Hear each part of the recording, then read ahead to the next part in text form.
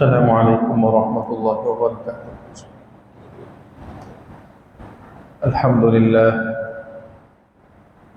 لله نحمده ونستعينه ونستغفره ونؤمن به ونتوكل عليه ونعوذ بالله من شرور أنفسنا ومن سيئات أعمالنا.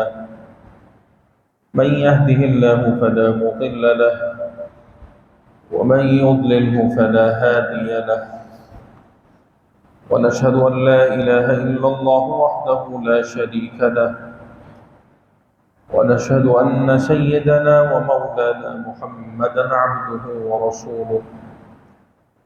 أما بعد فأعوذ بالله من الشيطان الرجيم. بسم الله الرحمن الرحيم. قل لا أسألكم عليه أجرا إلا المودة في القربى. وقال النبي صلى الله عليه وسلم: الحسن والحسين سيدا شباب أهل الجنة، أو كما قال عليه الصلاة والسلام. صدق الله العظيم وصدق رسوله النبي الكريم، ونحن على ذلك لمن الشاهدين والشاكرين، والحمد لله رب العالمين. تمام احباب ایک مرتبہ درود شریف پڑھ لیں. اللہم صلی علی محمد کما صلیت علی ابراہیم اللہم بارک علی محمد وعلی آل ابراہیم. ذات محترم، جیسے کہ آپ حضرات جانتے ہیں کہ اسلامی سال کا پہلا مہینہ محرم الحرام چل رہا ہے،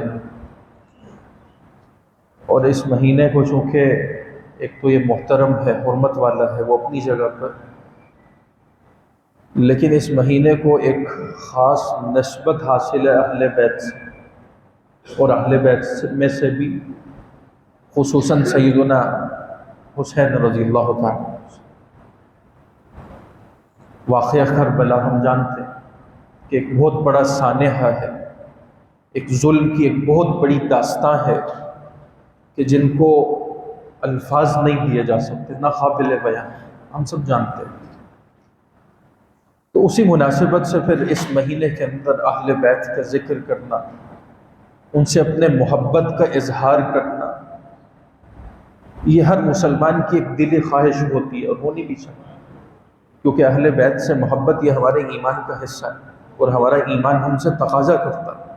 صرف اہل بیت نہیں، ہر وہ چیز، ہر وہ شخص جس کی نسبت، ہر وہ جگہ جس کی نسبت رسول اللہ صلی اللہ علیہ وسلم سے ہے، اس کا ادب، اس کا احترام، اس سے محبت، یہ ہمارے ایمان کا حصہ ہے. اسی میں اہل بیت بھی، اور صرف اہل بیت سے بھی، صرف اہل بیت سے بھی ہماری محبت ہے، اور صحابہ سے بھی محبت ہے، دونوں سے. صحابہ کو بھی ترک نہیں کیا جا سکتا، صحابہ کو بھی محبت کے حوالے سے پیچھے نہیں چھوڑا جا سکتا، اور اہل بیت کو بھی محبت کے حوالے سے پیچھے نہیں چھوڑا جا سکتا. وجہ کیا ہے؟ نسبت رسول اللہ صلی اللہ علیہ وسلم سے. اور یہ محبت ہونا کوئی معمولی بات نہیں ہے. اللہ کے نبی صلی اللہ علیہ وسلم، ایک صحابی نے عرض کیا نبی کریم صلی اللہ علیہ وسلم سے کہ مجھے آپ سے محبت ہے. تو اس محبت کے نتائج کیا ہیں؟ نبی کریم صلی اللہ علیہ وسلم نے فرمایا کہ المرء مع من احب، کہ آدمی کل قیامت کے دن اسی کے ساتھ ہوگا جس سے وہ محبت کرے. اب خود اندازہ لگائیں کہ جس کی محبت رسول اللہ صلی اللہ علیہ وسلم سے ہے، آپ صلی اللہ علیہ وسلم سے وابستہ لوگوں سے ہے، صحابہ سے ہے، اہل بیت سے ہے، تو انشاءاللہ اس محبت کی وجہ سے انسان کل قیامت کے دن اہل بیت اور صحابہ کے نزدیک ہوگا. اور محبت کا مطلب صرف زبانی کلامی محبت نہیں ہے.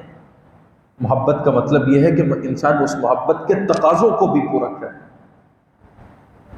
صرف زبانی کلامی کہہ دینا، یہ دعویٰ کر دینا بڑا آسان ہے، لیکن کل قیامت میں سے دلیل بھی تو پوچھی جائے گی نا. کیا دلیل محبت کی؟ تو دلائل پر بھی صرف دعووں پر غور نہ ہو، بلکہ دعووں کے ضمن میں دلائل بھی ہونے چاہیے میرے پاس، کہ مجھے پتہ ہونا چاہیے. کسی دوسرے کو نہ صحیح خود کو تو میں تسلی دے سکوں نا کہ میرے پاس یہ دلیل ہے، یہ دلیل ہے، یہ دلیل ہے۔ اور پھر ایک حدیث مبارکہ میں نبی کریم صلی اللہ علیہ وسلم، ایک صحابی نے عرض کیا کہ اللہ کے حبیب صلی اللہ علیہ وسلم متی الساعہ، قیامت کب آئے گی؟ تو آپ صلی اللہ علیہ وسلم نے فرمایا کہ قیامت کا پوچھتے ہو، یہ بتاؤ تیاری کیا کی اس کے لیے؟ صحابی نے عرض کیا کہ اللہ کے حبیب صلی اللہ علیہ وسلم اتنی کوئی خاص تیاری تو نہیں ہے، لیکن ایک بات دعوے سے کہہ سکتا ہوں کہ مجھے اللہ سے اور اللہ کے رسول صلی اللہ علیہ وسلم سے محبت ہے۔ اور صحابہ کا محبت کے الفاظ نبی کریم صلی اللہ علیہ وسلم کے لیے کہنا یہ میری اور آپ کی طرح نہیں ہے کہ میں تو کہتا ہوں نا محبت ہے، لیکن اس محبت کے دلائل تو بہت دور کی بات ہے، دلیل نہیں ہے میرے پاس۔ صحابہ کے پاس دلیل نہیں، دلائل ہوتے تھے۔ پوری کتاب اور اس کتاب کے اوراق وہ صحابہ کی محبت پر جو دلائل ان سے بھرا جا سکتا ہے۔ تو صحابی نے عرض کیا کہ اللہ کے حبیب صلی اللہ علیہ وسلم قیامت کے حوالے سے کوئی اتنی خاص تیاری تو نہیں، لیکن میں آپ سے اور اللہ سے اور اللہ کے رسول صلی اللہ علیہ وسلم سے محبت کرتا ہوں۔ تو نبی کریم صلی اللہ علیہ وسلم نے فرمایا انت مع من احببت، تو انہی کے ساتھ ہوگا جن سے تیری محبت ہو۔ تو اس لیے اہل بیت سے بھی محبت ہو، صحابہ سے بھی، بلکہ نبی کریم صلی اللہ علیہ وسلم کی طرف ہر وہ چیز جس کی نسبت ہے اس سے محبت، اس کا ادب، اس کا احترام، اس کا ذکر کرنا، یہ ایمان کی میں تازگی اور نورانیت اور روحانیت میں مزید اضافے کا سبب۔ اسی نسبت سے آج کی ہماری گفتگو کا عنوان ہے کہ سیرت حسنین کریمین رضی اللہ تعالیٰ عنہ۔ نبی کریم صلی اللہ علیہ وسلم کے نواسے مختصر تعارف اگر دیکھا جائے تو حضرت حسن رضی اللہ تعالیٰ عنہ سن 3 ہجری میں پیدا ہوا، اور حضرت حسین رضی اللہ تعالیٰ عنہ سن 4 ہجری میں، یعنی 1 سال کا فرق ہے کم و بیش۔ اور ولادت پر، دونوں کی ولادت پر، حضرت حسن اور حضرت حسین رضی اللہ تعالیٰ عنہما کی ولادت پر نبی کریم صلی اللہ علیہ وسلم خود تشریف لائے اور وہ سارے کام کیے جو ایک پیدائش پر ہونے چاہیے، اذان دینا، گھٹی دینا، سر کے بال کاٹنا، نام رکھنا، کانوں میں اذان دینا، یہ ساری وہ چیزیں جو مصنون ہیں، عقیقہ کرنا، اور ہونی چاہیے یہ مذہبی بنیادوں پر ہونی چاہیے تاکہ پتہ لگے مسلمان کا بچے کی مسلمان گھرانے کے اندر پیدائش ہوئی۔ تو اسی طرح نبی کریم صلی اللہ علیہ وسلم نے حضرت حسن اور حسین رضی اللہ تعالیٰ عنہ کے ساتھ کیا، اذان بھی دی کہ اذن فی اذن الحسن والحسین حین ولد، کہ جب وہ پیدا ہوئے تو نبی کریم صلی اللہ علیہ وسلم نے اذان دی دونوں کے کان میں۔ پھر اسی طرح بال کٹوائے، اور بال کاٹنے کے 7ویں دن کہ برابر چاندی صدقہ کی، اور پھر اسی طرح نام بھی رکھا 7ویں دن۔ یہ بھی مسنون ہے کہ نام رکھا جائے اور نام دینی بنیادوں پر رکھا جائے۔ یہ بات ضمناً عرض کر رہا ہوں، آج کل ہمارے ہاں ایک بڑا عجیب ٹرینڈ چل پڑا ہے ناموں کے حوالے سے کہ ہم بڑا یونیک نام رکھنے کے چکر میں ایسا نام رکھتے ہیں جس کا کوئی معنی مفہوم ہی نہیں ہوتا، کوئی مطلب ہی نہیں ہوتا۔ نبی کریم صلی اللہ علیہ وسلم کے پاس بعض ایسے لوگ آتے تھے کہ جن کے نام کا معنی درست نہیں ہوتا تھا یا وہ بے معنی ہوتے تھے، نبی کریم صلی اللہ علیہ وسلم بدل دیتے تھے۔ آپ کو بعض صحابہ کے نام ایسے ملیں گے کہ اسلام سے قبل اور نام تھے، اسلام کے بعد نام بدل دیا۔ تو اپنے بچوں کو یونیک کے چکر میں نہ پڑیں، نسبت کو تلاش کیے گئے۔ اب دیکھیں کتنے پیارے نام ہیں صحابہ کے، کتنے پیارے نام ہیں صحابیات کے۔ اگر میں اپنے بچے اور بچی کا اس نسبت سے نام رکھوں تو یقیناً اس نسبت کا اثر پڑے گا۔ چلے نسبت نہ صحیح، کوئی معنی مفہوم تو نکلے صحیح طرح کا، تو اس لیے نام درست ہونا چاہیے۔ اب دیکھیں حضرت علی رضی اللہ عنہ، جب حضرت حسن پیدا ہوا تو نبی کریم صلی اللہ علیہ وسلم نے پوچھا کیا نام رکھا؟ فرمایا حرب، کیونکہ نبی حضرت علی رضی اللہ تعالیٰ عنہ کی طبیعت تھوڑی جنگجو تھے، تو اسی نسبت سے حرب کہتے ہیں جنگ کو۔ نبی کریم صلی اللہ علیہ وسلم نے فرمایا کہ نہیں، اس کا نام بدلو، اس کا نام حسن رکھو، حسن رکھا۔ پھر حضرت حسین رضی اللہ تعالیٰ عنہ کے جب ولادت ہوئی تو اس پر بھی حضرت علی رضی اللہ تعالیٰ عنہ نے نام حرب رکھا، فرمایا نہیں، اس کو بدلو، حسین رکھو۔ دیکھیں بدل دیا نام۔ تو اولاد کے ناموں کے حوالے سے بہترین ناموں کا انتخاب کریں، اور بہترین نام انبیاء کے نام ہیں۔ بہترین نام صحابہ کے نام ہے، بہترین نام صحابیات کے نام ہے، یا قرآنی یا قرآن و سنت سے وہ نام جن کے بڑے بہترین معنی ہیں وہ رکھیں گے تو انشاءاللہ اس کا فائدہ ہوگا، اثر ہوگا۔ تو نبی کریم صلی اللہ علیہ وسلم نے حضرت حسن اور حسین کا آپ دیکھیں اسی طرح سے نام رکھا، پھر عقیقہ کیا، عقہ رسول اللہ صلی اللہ علیہ وسلم عن الحسن والحسین بکبشین کبشین، دو مینڈے ذبح کیے عقیقے پر، اور یہ بھی مسنون ہے، عقیقہ کرنا چاہیے۔ پھر اسی طرح اہل بیت، یہ لوگ اہل بیت سے ہیں، اہل بیت یعنی گھر والے، گھرانے کے افراد۔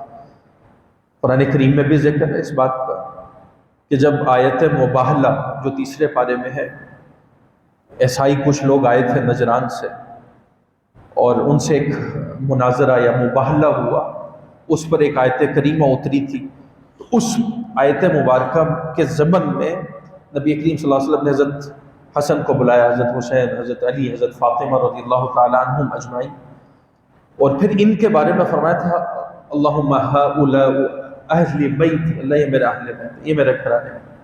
پھر اسی طرح ایک آیت مبارکہ سورہ احزاب کی کہ انما ازواج مطہرات کی بات کی، اور اسی ضمن میں اللہ تعالیٰ نے فرمایا انما یرید اللہ لیذھب عنکم الرجس اہل البیت، یہ لفظ قرآن کریم میں بھی سورہ احزاب کا کہ اللہ تعالیٰ چاہتے ہیں کہ اہل بیت سے ہر قسم کی ناپاکی کو، گندگی کو دور کر دیں، وَيُطَهِّرَكُمْ تَطْهِيرًا، اور ہر اعتبار سے اللہ پاک کرتے ہیں۔ اس موقع پر بھی اللہ کے نبی صلی اللہ علیہ وسلم نے ان چاروں کو اکٹھا کیا، حضرت حسن، حضرت حسین، حضرت علی، حضرت فاطمہ رضی اللہ تعالیٰ عنہ، اور پھر اسی آیت مبارکہ کے ضمن میں نبی کریم صلی اللہ علیہ وسلم نے اپنے انہی اہل بیت کے حوالے سے دعا کی کہ اللہ ان سے ہر طرح کی گندگی کو دور کر دے اور اللہ ان کو پاک کر دے۔ پھر اسی طرح ایک اور فضیلت جو سیدنا حسنین کریمین رضی اللہ تعالیٰ عنہما کے حوالے سے ہے کہ بہترین نسب رکھنے والے، بہترین خاندان، اس کائنات کا بہترین نسب وہ سیدنا حسن اور حسین رضی اللہ تعالیٰ، وہ کیسے کہ ایک روایت میں ہے کہ الا اخبرکم بخیر الناس، کیا میں تمہیں ایسے لوگوں کے بارے میں نہ بتاؤں کہ جو بہترین ہے لوگوں میں، جدن و جدتن، نانا اور نانی کے اعتبار سے، امن و امتن، چچا اور پھوپھی کے اعتبار سے، خالن و خالتن، ماموں اور خالہ کے اعتبار سے، ابن و امن، باپ اور ماں کے اعتبار سے، اور فرمایا ہم الحسن والحسین، وہ حضرت حسن اور حسین ہے، وہ کیسے کہ جدہما رسول اللہ صلی اللہ علیہ وسلم، ان کے نانا رسول اللہ صلی اللہ علیہ وسلم، امام الانبیاء، سید الانبیاء، وجدتہما خدیجہ، اور ان کی نانی وہ سیدہ خدیجہ، اور پھر اسی طرح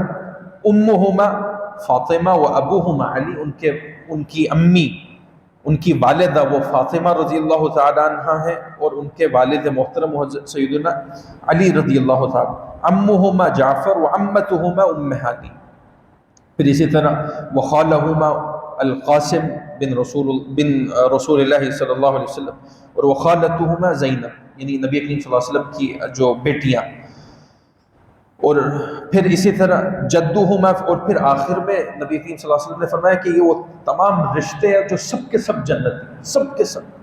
اب دیکھیں کتنا بہترین نسب ہے، یہ بہت بڑی فضیلت ہے سیدنا حسن رضی اللہ تعالیٰ عنہ اور سیدنا حسین رضی اللہ تعالیٰ۔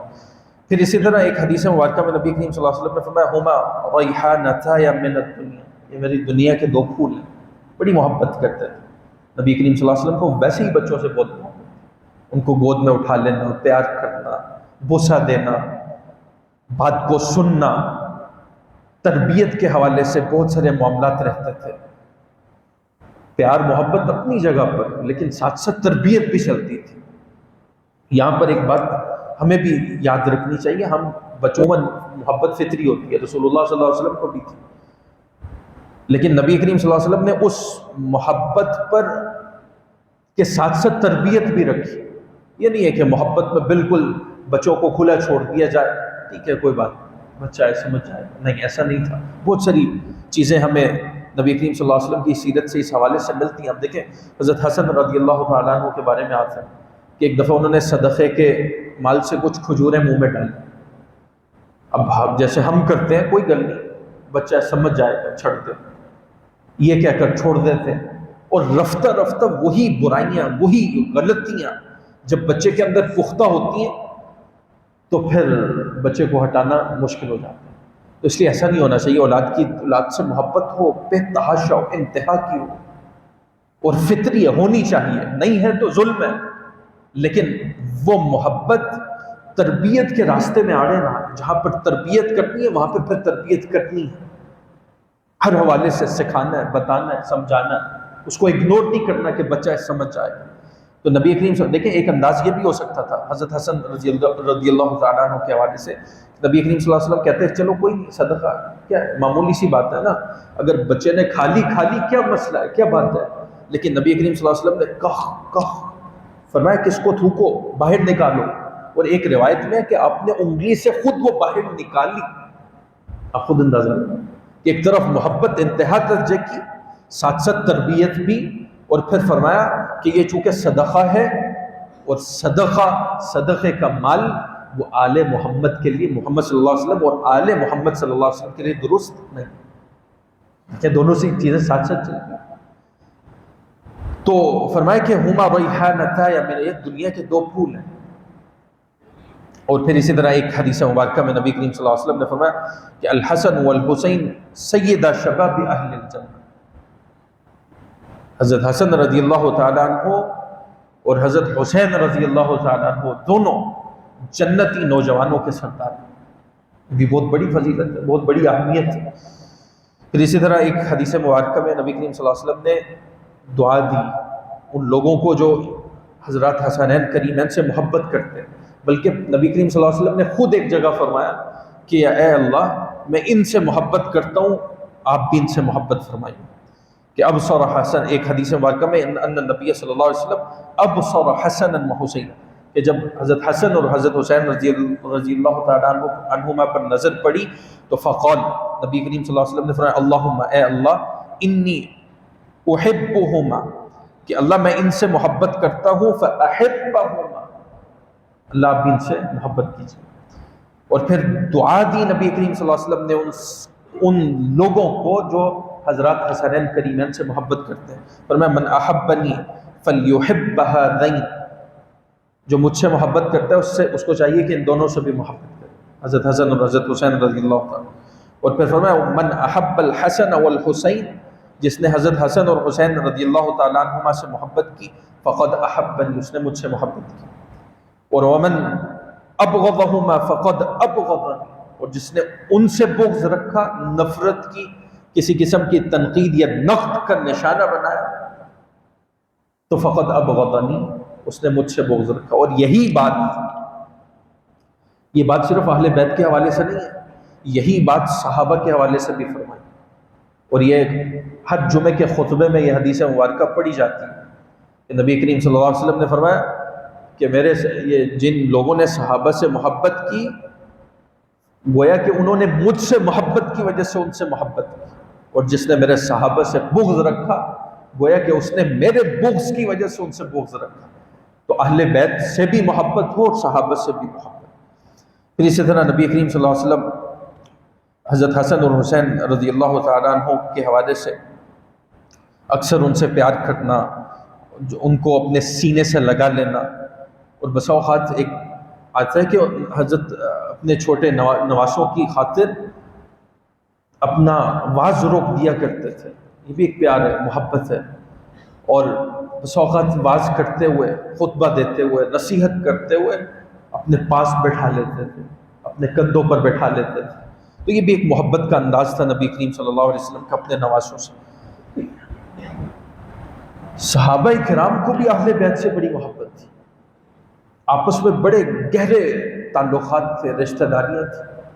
عموماً اس چیز کو لے کر بہت سارے شکوک و شبہات عام کیے جاتے ہیں کہ اہل بیت اور صحابہ کے درمیان کوئی تعلقات خراب تھے یا تعلقات کی مضبوطی. بڑے مضبوط تعلقات، بڑے مضبوط. اب دیکھیں تعلقات کی مضبوطی دیکھیے کہ سیدنا ابو بکر رضی اللہ تعالیٰ، سیدنا ابو بکر رضی اللہ تعالیٰ عنہ اہل بیت کے حوالے سے کیا جذبات رکھتے ہیں، کیا احساسات رکھتے ہیں. ان کے ان جذبات اور احساسات سے آپ اندازہ لگا سکتے ہیں کہ سیدنا ابو بکر رضی اللہ تعالیٰ عنہ کس قدر اہل بیت کے اور ان حضرات خاص طور پر سیدنا حسنین کریمین رضی اللہ تعالیٰ عنہما کے کس قدردان تھے. اکثر فرمایا کرتے تھے واللہ اللہ کی قسم لقرابت رسول اللہ صلی اللہ علیہ وسلم احب الی ان اصل الی قرابتی، کہ نبی کریم صلی اللہ علیہ وسلم کے رشتہ داروں سے، نبی کریم صلی اللہ علیہ وسلم کے قریبی لوگوں سے، آپ کے گھرانوں سے، آپ کے گھر والوں سے حسن سلوک کرنا مجھے اپنے خاندان، اپنے قریبی لوگوں سے زیادہ عزیز ہے. میں اس بات کو پسند کرتا ہوں کہ میں زیادہ احترام رسول اللہ صلی اللہ علیہ وسلم کے گھرانے کا کروں. میرے زیادہ تر تعلقات نسبت قلبی رجحان وہ رسول اللہ صلی اللہ علیہ وسلم کے گھرانے، آپ کے گھرانے کے افراد، آپ کے خاندان اور ان حضرات کی طرف. دیکھیں کتنا، اور یہ بات ایسے تھوڑی زبان سے نکلتی. ان چیزوں کا اظہار تب بھی ہوتا ہے نا جہاں پر مضبوط تعلقات ہوں، جہاں پر بڑے گہرے احساسات اور جذبات ہوں، وہیں پر ان چیزوں کا اظہار ہوتا ہے. تو یہ ایک تعلق تھا سیدنا ابو بکر رضی اللہ تعالیٰ عنہ کا اہل بیت کے ساتھ.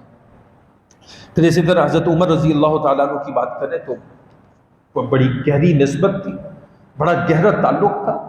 اور آگے جا کر چونکہ وقت کی قلت ہے، آگے جا کر ان حضرات کی رشتہ داریاں قائم ہوئی آپس میں ایک دوسرے کے ساتھ. تو یہ بات بالکل غلط ہے یا سمجھی جاتی ہے یا پھیلائی جاتی ہے کہ صحابہ کے اہل بیت کے ساتھ تعلقات نہیں تھے یا کمزور تھے. حضرت عمر فاروق رضی اللہ تعالیٰ عنہ کی بات کریں تو عہد خلافت میں فتوحات چونکہ بہت زیادہ ہوئی اور کئی جگہوں سے مال آتا تھا، مال غنیمت کے ضمن میں یا اور اطراف سے اور طرح کا. یمن سے ایک دفعہ بہت عمدہ پوشاکیں ہیں، مال آیا تو آپ نے اس کو تقسیم فرمایا صحابہ کے اور مختلف لوگوں کے درمیان. لیکن سیدنا حسن اور حسین رضی اللہ تعالیٰ عنہ کے بارے میں کہا کہ نہیں، یہ جو مال ہے نا ان کے لیے اسپیشل آرڈر پہ تیار کرواتا ہوں، اس میں سے نہیں دوں گا کیونکہ یہ ان کے قابل نہیں ہے. ان کا رتبہ، ان کا مقام، ان کی نسبت بہت بلند ہے. تو حضرت عمر فاروق رضی اللہ تعالیٰ عنہ نے جو یمن سے پوشاک مال آیا تھا اسپیشل آرڈر پر تیار کروایا. تو یہ کیا تھا؟ محبت تھی نا، یہ ایک نسبت تھی، یہ ایک احترام تھا، یہ ایک ادب تھا جو کہ حضرت عمر فاروق کا رضی اللہ تعالیٰ عنہ وہ اہل بیت کے ساتھ تھا. پھر اسی طرح سیدنا عثمان اور دیگر صحابہ کرام، ایک نہیں بہت سارے واقعات ملتے ہیں جس سے ہمیں اس نسبت کا، اس تعلق کا اور مضبوط تعلق کا احساس ہوتا ہے. اور پھر اسی طرح صرف صحابہ کو محبت نہیں تھی، اہل بیت بھی صحابہ کو بڑا ادب کرتے تھے، بڑا احترام کرتے تھے. حضرت ابن عباس رضی اللہ تعالیٰ عنہ کی روایت ہے وہ ولی کہ جب لما اسلم عمر، جب حضرت عمر فاروق رضی اللہ تعالیٰ عنہ ایمان لائے تو حضرت جبرائیل علیہ السلام اترے اور کہا کہ آج عمر کے اسلام لانے پر اہل سما یعنی آسمان پر بھی خوشیاں منائی گئی. اب اس روایت کو کہ راوی کون ہے، کون روایت کر رہے ہیں؟ سیدنا ابن عباس رضی اللہ عنہ. اب دیکھیں اہل بیت میں سے تو اہل بیت ذکر کر رہے ہیں کس کا؟ سیدنا عمر فاروق رضی اللہ تعالیٰ.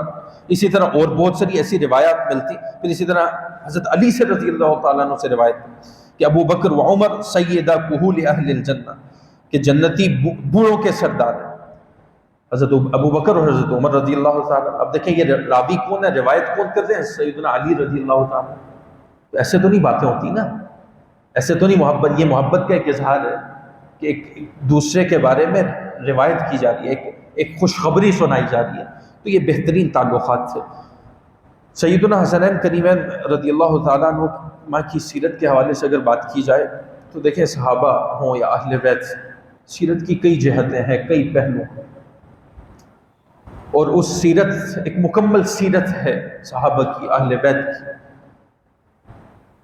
سیدنا حسنین کریمین رضی اللہ تعالیٰ عنہ کی جو سیرت کا خاص طور پر سیدنا حسین رضی اللہ عنہ کی سیرت کا سب سے بنیادی پہلو واقعہ کربلا کے زمن میں بھی اگر دیکھا جائے وہ جرأت ہے، وہ بہادری ہے، وہ شجاعت ہے کہ اسلام کی خاطر، دین کی خاطر اپنا سب کچھ قربان کر دینے کا جذب. اور ذات محترم یہاں پر یہ عرض کروں گا کہ یہ جرت بہادری ایسے نہیں آتی، اس کے لیے محنت ہے۔ آپ صحابہ کو دیکھیں، آپ اہل بیت سیدنا حسن اور حسین رضی اللہ تعالیٰ عنہ کی پوری زندگی کا مطالعہ کریں تو پوری زندگی محنت سے بھری ہوئی نظر آئے گی۔ وہ محنت کیا ہے؟ اللہ کے لیے اور اللہ کے رسول صلی اللہ علیہ وسلم۔ تو جب انسان اس طرح کی محنت ہوتی ہے نا انسانی زندگی میں، تو دینی مزاج بنانا یہ انسان کو اندر ایسی جرت پیدا کرتا ہے، اللہ پر یقین، اعتماد، توکل، بھروسہ، کہ پھر اس جرت اور اس شجاعت کے ہوتے وہ پھر انسان کسی کی پرواہ نہیں کرتا۔ اور یہی معاملہ سیدنا حسن اور حسین رضی اللہ تعالیٰ عنہما کے ساتھ، کہ شجاعت، جرت، بہادری۔ پھر اسی طرح ایک اور دوسرا پہلو استقامت، ڈٹے رہنا، جمے رہنا۔ استقامت کہتے ہیں ثابت قدمی اختیار کرنا۔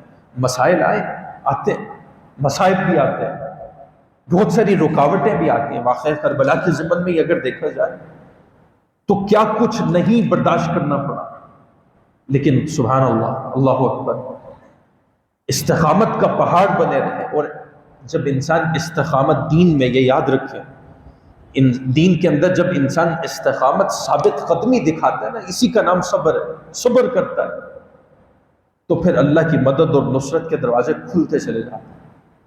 لیکن پہلے استقامت اللہ دیکھنا چاہتا ہے کہ استقامت دکھاتا ہے کہ نہیں دکھاتا، ثابت قدمی ہوتی ہے یا نہیں ہوتی۔ اب دیکھیں قرآن کریم میں اللہ تعالیٰ نے فرمایا یا ایھا الذین آمنوا استعینوا بالصبر والصلاۃ، صبر اور نماز کے ذریعے اللہ کی مدد حاصل کرو۔ وہ صبر کیا ہے؟ کہ جب انسان دین کے راستے میں آئے گا، دینی مزاج بنانے کی کوشش کرے گا، رکاوٹیں در رکاوٹیں، سب سے پہلے تو انسان کا نفس اس کو نہیں آنے دے، اس کی خواہشات، اس کے احساسات اور جذبات، پھر اس سے آگے بڑھ کر شیطانی وساوس، پھر اس سے آگے بڑھ کر دنیا اور دنیا کا یہ عیش و عشرت، دنیاوی ساز و سامان، دنیا کا دھوکہ۔ وَلَا تَغُرَّنَّكُمُ الْحَيَاةُ الدُّنْيَا، اللہ تعالیٰ نے فرمایا تمہیں دنیا کی زندگی دھوکے میں نہ ڈالنے پائے، اور وَلَا يَغُرَّنَّكُمْ بِاللَّهِ الْغَرُورُ، تمہیں شیطان بھی دھوکے میں۔ تو شیطان یہ رکاوٹ ہے۔ پھر اس سے آگے بڑھ کر لوگوں کی باتیں، ملامت کرنے والے، او تو ایک ہی کر لے، او تو ایک ہی کر لے، تو وڈا نیک بند ہے۔ اس طرح کی باتوں کو جب انسان برداشت کرنا سیکھ لیتا ہے نا، تو اس کا نام ہے صبر۔ اور جب ایسا صبر کرتا ہے تو پھر اللہ کی مدد آتی ہے، پھر اللہ کی نصرت آتی ہے۔ تو یہ ایک بہت بڑا سبق ہے سیدنا حسنین کریمین رضی اللہ تعالیٰ عنہما کی سیرت کے حوالے سے، کہ استقامت ہونی چاہیے، ثابت قدمی ہو، معمولی باتوں پر جذباتی پن میں آ کر دینی مزاج، یہ دینی باتوں کو نہ چھوڑیں، لوگوں کی باتوں کی پرواہ نہ کریں، ہمت کریں، کوشش کریں۔ فاتقوا اللہ، سورۃ تغابن میں دیکھیں، انسان اپنے کسی معاملے کو بہتر سے بہترین کا سفر تو ہو سکتا ہے، لیکن تکمیل یا کامل یا مکمل کرنے کا دعویٰ نہیں کر سکتا، وہ اللہ کر دیتے ہیں۔ میرے ذمہ کوشش ہے، میں نے اور آپ نے صرف کوشش کرنی، باقی کام اللہ کا ہے، اللہ لے کر چلیں گے۔ فاتقوا اللہ ما استطعتم، فرمایا جو تمہارے اندر ہمت ہے نا، اتنی ہمت کے مطابق تو دینی مزاج بنا لو، اتنی اپنی استطاعت کے مطابق تو استقامت، یہ صبر کا مظاہرہ کر لو، باقی اللہ لے کے چلے۔ اور واقعتاً ایسا ہوتا ہے کہ انسان نیت کر لے، ارادہ کر لے، تھوڑی سی ہمت کر لے، باقی معاملات آگے خود بخود آسان ہوتے چلے جاتے۔ اور آپ دیکھیں استقامت کے حوالے سے اللہ تعالیٰ نے قرآن کریم میں فرمایا کہ ان الذین قالوا ربنا اللہ، یہ بڑی اہم بات ہے۔ اور آج سیدنا حسنین کریمین رضی اللہ تعالیٰ عنہما کی سیرت کے تناظر میں اس پہلو کو اپنی زندگیوں میں لانے کی اشد ضرورت ہے۔ فرمایا ان الذین قالوا ربنا اللہ، جن لوگوں نے کہا اللہ ہمارا رب ہے، صرف دعویٰ نہیں کیا، اللہ ہمارا رب ہونے کا مطلب صرف لفاظی نہیں ہے کہ میں نے زبان سے کہہ دیا اللہ میرا رب ہے بس کافی ہو گیا، نہیں۔ اللہ کو رب ماننے کا مطلب ہے کہ میں تسلیم کر رہا ہوں کہ میں اس عبد ہوں، میں بندہ ہوں، میں اس کا غلام ہوں۔ اور غلام کیا ہوتا ہے؟ اور یہ غلامی کوئی اس تناظر میں غلامی نہیں ہے جو ہم سوچتے ہیں، یہ غلامی سب سے بڑی آزادی ہے کہ جب انسان اپنے آپ کو دینی تناظر میں لے کر آتا ہے، اللہ اور اللہ کے رسول کی اطاعت کے تابع کرتا ہے، تو وہ گویا کہ ہر طرف سے آزاد ہو جاتا ہے، ہر طرف سے نفس سے آزادی ملے گی، معاشرے سے آزادی ملے گی، لوگوں سے آزادی ملے گی، شیطانی وساوس اور خیالات سے آزادی ملے گی۔ تو اللہ کے تابع کر دینا، یہ اللہ کی غلامی میں آنا، یہ کوئی غلامی نہیں ہے، یہ بہترین آزادی ہے، یہ بہترین کہ انسان ہر طرح کی فکروں سے آزاد ہو جاتا ہے۔ تو فرمایا ربنا اللہ، جو لوگ کہتے ہیں اللہ ہمارا رب ہے، اللہ کو رب مانا مطلب اپنے آپ کو عبد تسلیم کر لیا، اور عبد کیا کرے گا؟ اپنا ہر کام رب کے حکم کے تناظر میں کرے گا، اپنے اخلاق کو رب کے حکم کے تناظر میں دیکھے گا، اپنے معاملات کو، اپنے معمولات کو، اپنی عبادات کو، اپنے عقائد کو، اپنی معاشرتی زندگی کو، اپنی معاشی زندگی کو، اپنی سیاسی زندگی کو، اپنے اجتماعی نظام کو، اپنے انفرادی نظام کو وہ الہی احکام کے تناظر میں دیکھے گا۔ یہ مطلب ہے ربنا اللہ۔ اتنا وسیع مفہوم رکھتا ہے یہ چھوٹا سا جملہ ربنا اللہ۔ ثم استقاموا، کر لیا، مان لیا اللہ کو رب، اور اسی رب کو ماننے کے تناظر میں اپنے آپ کو اب بھی تسلیم کر لیا۔ اب ثم استقاموا، یہ ہے وہ پہلو جو سیرت سیدنا حسنین کریمین رضی اللہ تعالیٰ عنہما کی سیرت میں نمایاں ہے کہ پھر اس پر استقامت ضروری ہے، اور استقامت خصوصاً دین کے معاملے کے اندر آسان نہیں، آسان نہیں۔ آج کی اپنے عرف کی زبان میں بولوں تو بڑے پاپڑ بیلنے پڑتے ہیں، محنت کرنی پڑتی، کوشش، اور بسا اوقات تو کوشش کی انتہا کرنی پڑتی ہے، لیکن جب انسان اپنے آپ کو ان مراحل سے گزارتا ہے پھر کیا ہوتا ہے؟ نتیجہ بھی بہت بڑا ہے۔ جس طرح محنت بہت بڑی ہے، اسی طرح جیسے ہم دنیا میں آپ دیکھیں بعض لوگ بڑے محنتی ہوتے ہیں، محنت کرتے ہیں تو اسی محنت سے اللہ تعالیٰ ان کو 4 سال لگائے چلے جاتے ہیں۔ تو جو لوگ دین کے راستے میں محنت ہوتی ہے، استقامت، تو اللہ تعالیٰ فرمایا تتنزل علیہم الملائکہ، ایسے لوگوں پر فرشتے اترتے، فرشتے اترتے۔ یہ قرآن کریم کی آیت پڑھ رہا ہوں، 24ویں پارے کے اندر یہ بات موجود ہے، آخری سے پہلے رکوع کے اندر، کہ تتنزل، ربنا اللہ کو رب مان لیا، پھر اسی پر استقامت اختیار کر لی، اب تتنزل علیہم الملائکہ، ایسے لوگوں پر فرشتے اترتے ہیں، اللہ تخافوا ولا تحزنوا، خوف نہ کرنا، غم نہ کرنا۔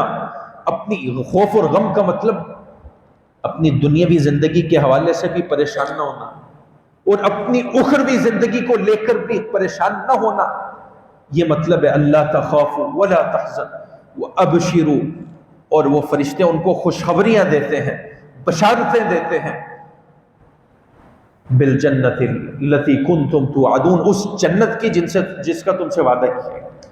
اور یہ فرشتے کل قیامت کے دن جو اللہ تعالیٰ استقامت کی وجہ سے آج دنیا میں اتارتے ہیں، فرشتوں کے اترنے کا مطلب اللہ کی مدد و نصرت ہے، میرے کاموں کے اندر اللہ کی برکت کا آ جانا ہے، یہ مطلب ہے۔ اور جب اللہ میری زندگی میں اور زندگی کے امور میں اللہ کی برکت، رحمت اور مدد و نصرت آ جائے تو پھر کسی چیز کی کیا، پھر وہ جنت ہی بن جاتا ہے نا انسان کی زندگی۔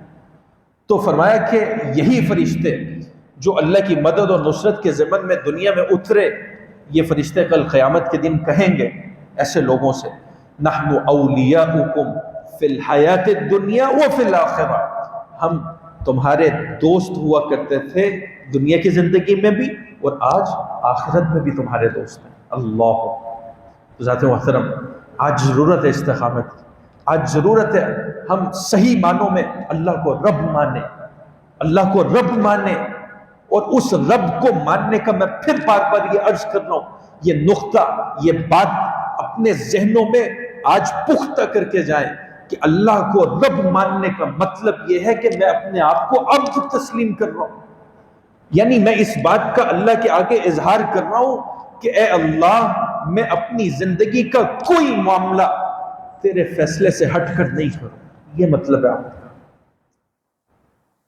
تو استقامت ہونی چاہیے، ایک بہترین پہلو۔ پھر اسی طرح خوف خدا، للہیت، فکر آخرت، آج اس کی بھی اشد ضرورت۔ آج ہمارے معاملات کیوں خراب ہیں؟ کیونکہ آخرت کی فکر نہیں، مجھے محاسبے کا احساس نہیں، بے پرواہ ہو چکا ہوں، لاپرواہ ہو چکا ہوں۔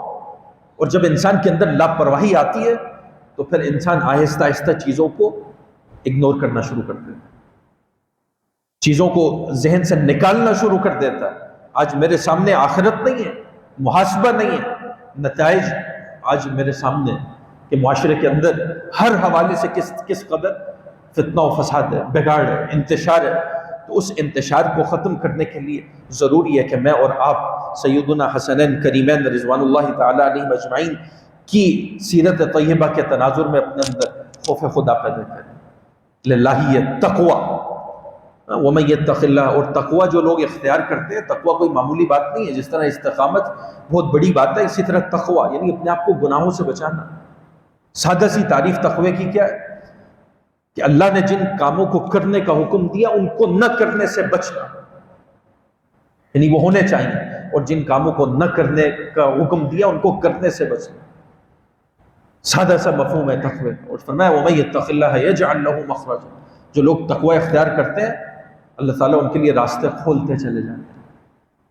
وَمَن يَتَّقِ اللَّهَ يَجْعَلْ لَهُ وَيَرْزُقْهُ مِنْ حَيْثُ لَا يَحْتَسِبُ، اسی تقوی کی بنیاد پر اللہ تعالیٰ رزق کی فراوانی عطا کرتا ہے۔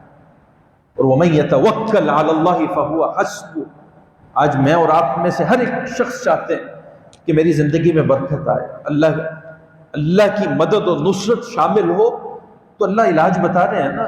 فرمایا وَمَن يَتَوَكَّلْ عَلَى اللَّهِ، جو کوئی اللہ پر بھروسہ کرے گا، توکل کرے گا۔ توکل علی اللہ کا مطلب یہ ہے کہ اپنی زندگی کو اللہ کی مکمل رہنمائی میں لے کر چلنا، یہ توکل کا مفہوم ہے۔